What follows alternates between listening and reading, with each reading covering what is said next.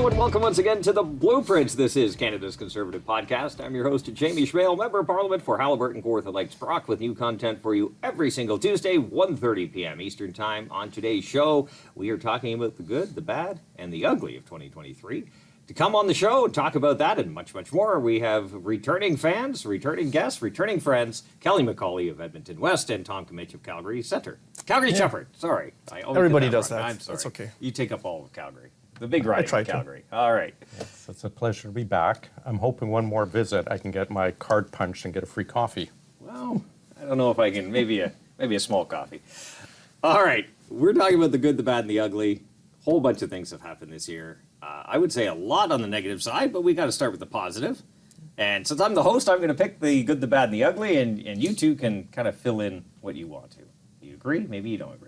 All right, So let's play cut one. This is the good of 2023. Pierre Poilievre being interviewed in British Columbia. I know it's been seen many, many times around the world as a masterclass of how to deal with the media when they have pointed, partisan questions at you. We're going to play it anyway because it's so much fun to watch. Only a segment of it. So let's cue up cut one and play cut one. On the topic, I mean, in terms of your sort of strategy currently, you're obviously taking the populist pathway. What does that mean? Well, appealing to people's more emotional levels, I would guess. I mean, certainly you tap very strong ideological language quite frequently. Like what? Left wing, this and that, right wing. I mean, it's that type of ideological spectrum. I never really talk about left or right. Anyways, I don't really believe in that. Okay, a lot of people would say that you're simply taking a page out of the Donald Trump book. Like which people would say that? Well, I'm sure a great many Canadians, but like who? I don't know who, but well, you're the one who asked the question, so you must know somebody. I'm thinking if you handed out apples instead of your cups, maybe we could get better viewership. Maybe that was all around the world. That was great. There were people commenting on how you should teach this in journalism school, right? As what not to do as a journalist.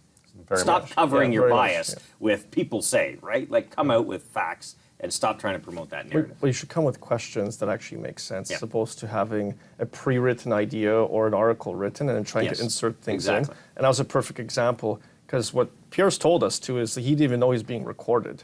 And so that was just his take on a written interview where you're doing print. And many of us do this all the time, where we're providing content and we're trying to provide information and facts and present them within a context. What the reporter was doing there was the complete reverse. Didn't care what the facts were, and he just wanted to write a story that was already predetermined. And that was a perfect example of what not to do. And in that type of situation, you have to expect that someone like Pierre is perfectly ready to put you in your place on the spot. And it proves that what a lot of people already know is a lot of media personalities and journalists, they're not reporting the facts, they're reporting a narrative. Yeah, absolutely. And it also, for the politician, it's a trap we sometimes fall into. We almost agree to the narrative set out. And then we say, we disagree with this, and then we continue to answer the question, which kind of sets that narrative that the media likes to portray upon conservatives. Pierre said, no, I'm not going to do that. You show me your sources. Like, lay it out. Yeah. Who's saying this stuff? Yeah, I like that. The only thing I would have said, too, is like my utter favorite for the good would have been finally in Canada we stood up for ourselves as a country this year and we kicked out a foreign diplomat who was interfering in our election, Zhao Wei, the Consul General of the PRC in Toronto. Like, if it's not just about us and the interaction we have about media, that was actually a good point this year. Finally, the government did something. But I would have said this is number one, and runner-up is kicking out this PRC diplomat out of Toronto for directly interfering in our elections. And finally, we have a foreign interference inquiry. But that could go to the bad. It took so long. It did take a really long time. Well, we don't know what the outcome will be either. So, I mean, we could even put it into the bad if you want to, but I think you have some other material there. There's a lot of bad material for this year. But yeah, I think it's just a good point. We actually did something. Canada did something, but only under pressure of the Conservatives. Yeah. Do you have another good? Yes, very much. And I like certainly the idea of kicking out finally someone for the interference can be a good, and with homage to Three Martini Lunch, crazy that it took 2 to 3 years of the government knowing about it. The good for me, this was an excellent one for myself, but it's the Supreme Court ruling that C-69, the No New Pipeline Bill, is largely unconstitutional. And as a follow-up, we see Premier Moe in Saskatchewan standing up against the carbon tax.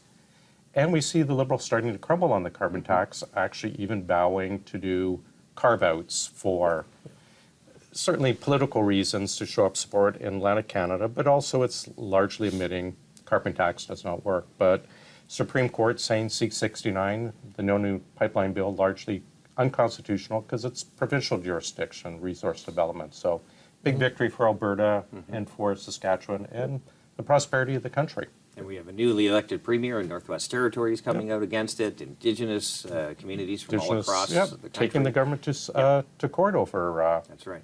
So it's starting to crumble, and hopefully it keeps crumbling. So yeah, absolutely, that's a good one too. That's a really good one. All right, let's go to the bad, because and I put this in bad. Yeah. Do we have 10 hours for this? Yeah, I know it could be really long, and I feel kind of awkward putting this in the bad because it is ugly for a lot of Canadians out there in terms of the housing market. So this is going to be my bad, and we'll release a quick video here. We'll do a quick clip, and then we'll talk about it. So let's play cut 2.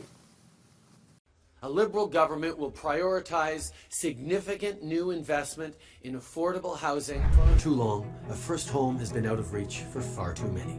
It's time to change that. And I'll be blunt as well. Housing isn't a primary federal responsibility.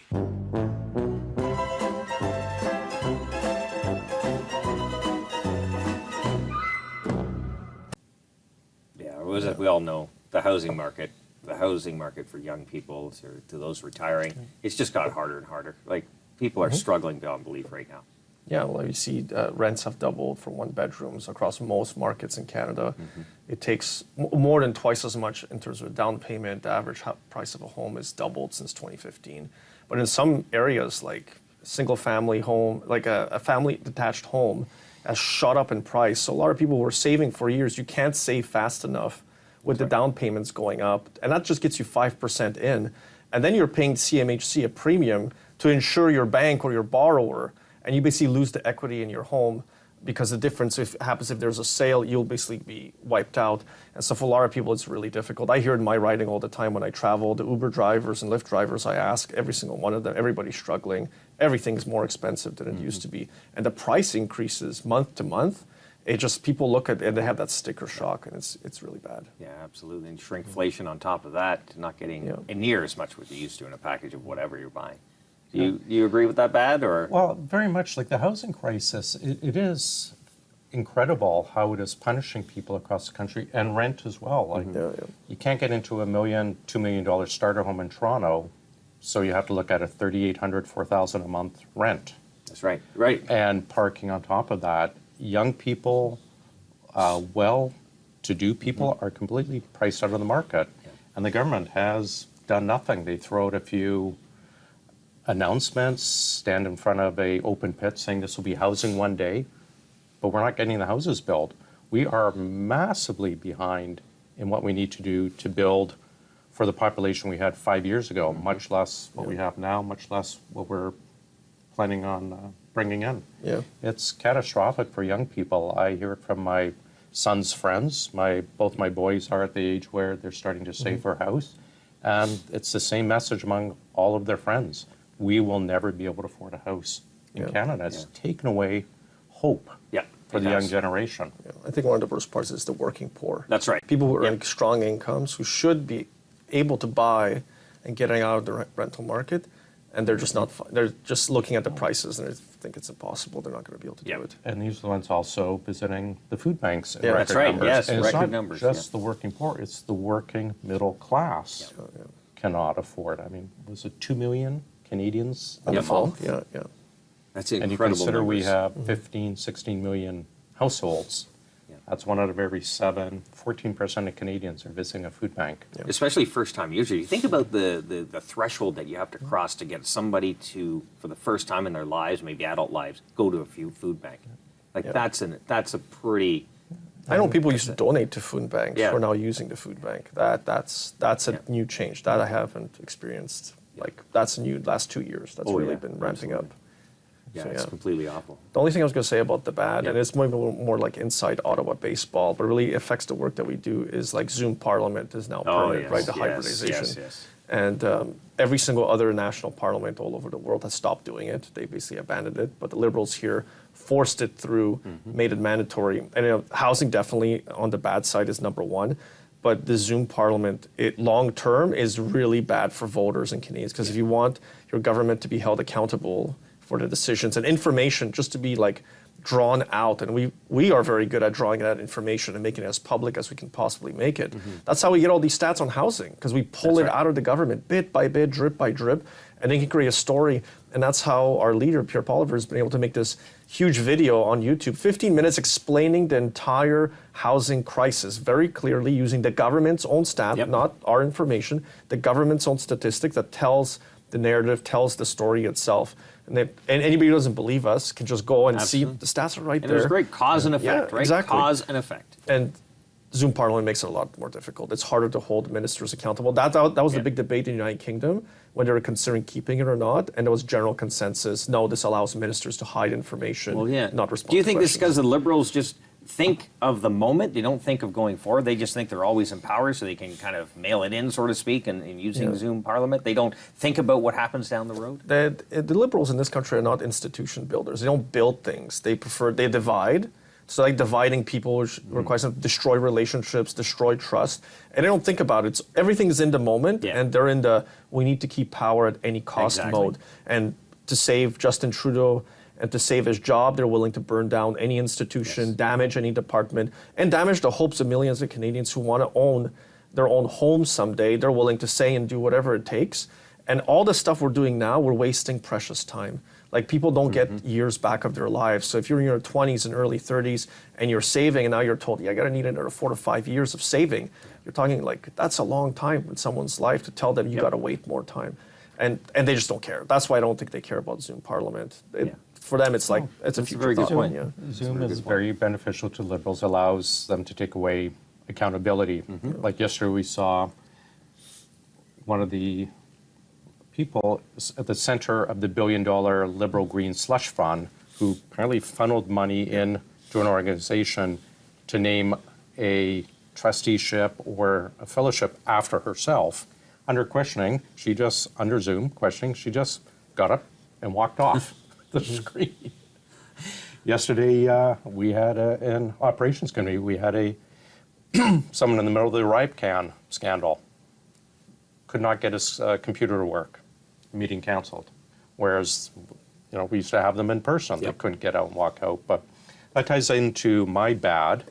And someone who will not be going to a food bank anytime soon are the architects of Arrive-Can, which is the two gentlemen behind GC Strategies, who received almost $3 million of taxpayers' money. All they did was take the contract from the government and turn around and subcontract it out to others, including to large consulting companies. So for years and years, we've been paying 15, 20, 30% markups on IT programs. So people wonder how Arrive-Can ended up $54 million from original $250,000. Well, we see Liberal insiders taking a portion, passing it on. So life is good if you're a Liberal. Exactly. You don't feel the price of housing. So at no time soon will we see GC Strategies visiting the food bank. They have at least, just from Arrive-Can alone, $2.7 million of taxpayers' money for an app that didn't actually work. If you're a Liberal, you get by. Unbelievable. You already did your bad, right? I did my bad. All right, let's move on to the ugly here. Now, this was something a little bit Parliament only, but affected so much more in terms of international relations. And that's what happened when President Zelensky of Ukraine came to visit Parliament. I think we all know what happened, the standing ovation. But we'll quickly run cut 3, and we'll talk about this, the SS soldier that was recognized, and our leader following up about it because the whole world was just in shock about this. Play cut 3. The Liberal speaker has taken the fall for this massive international shame and embarrassment. But the Prime Minister's protocol and intelligence units had the right to ask for the list of all those who would be present and recognized around a war leader from a country that is trying to defend its freedom from not only an invasion, but a propaganda war. the Prime Minister did not carry out that responsibility, and now our nation's reputation is in tatters. Will you stand up and apologize to Canadians, to the Jewish community, to the Ukrainian people, and to the entire world for this mess that he helped create?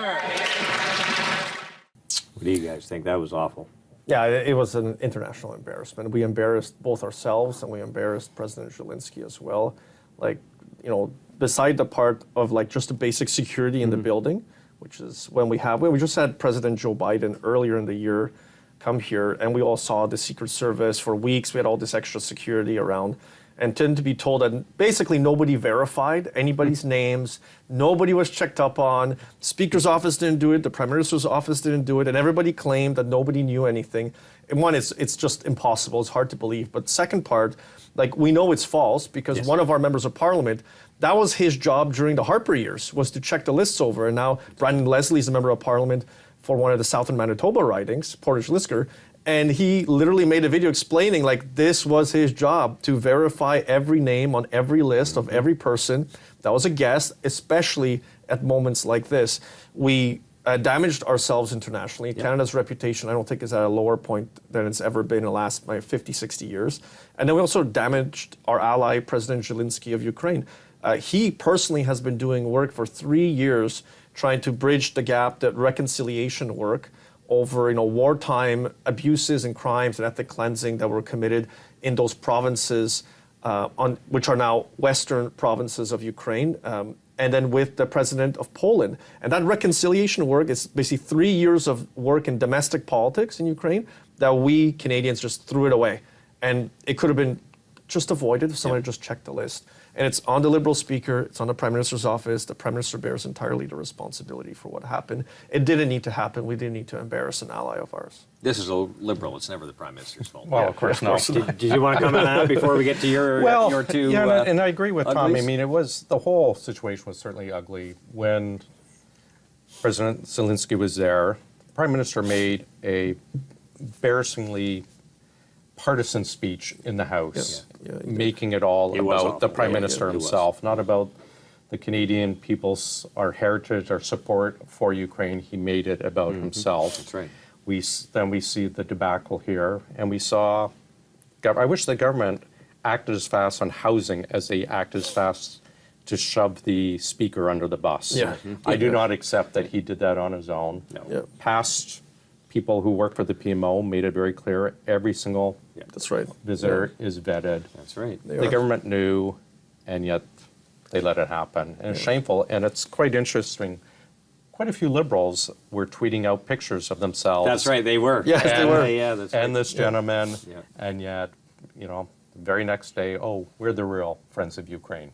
Yeah. So it was disgraceful all around, and we actually saw Russian propaganda commenting and cheering on Canada for this. Yeah, it And was a it propaganda plays- victory for them, yeah.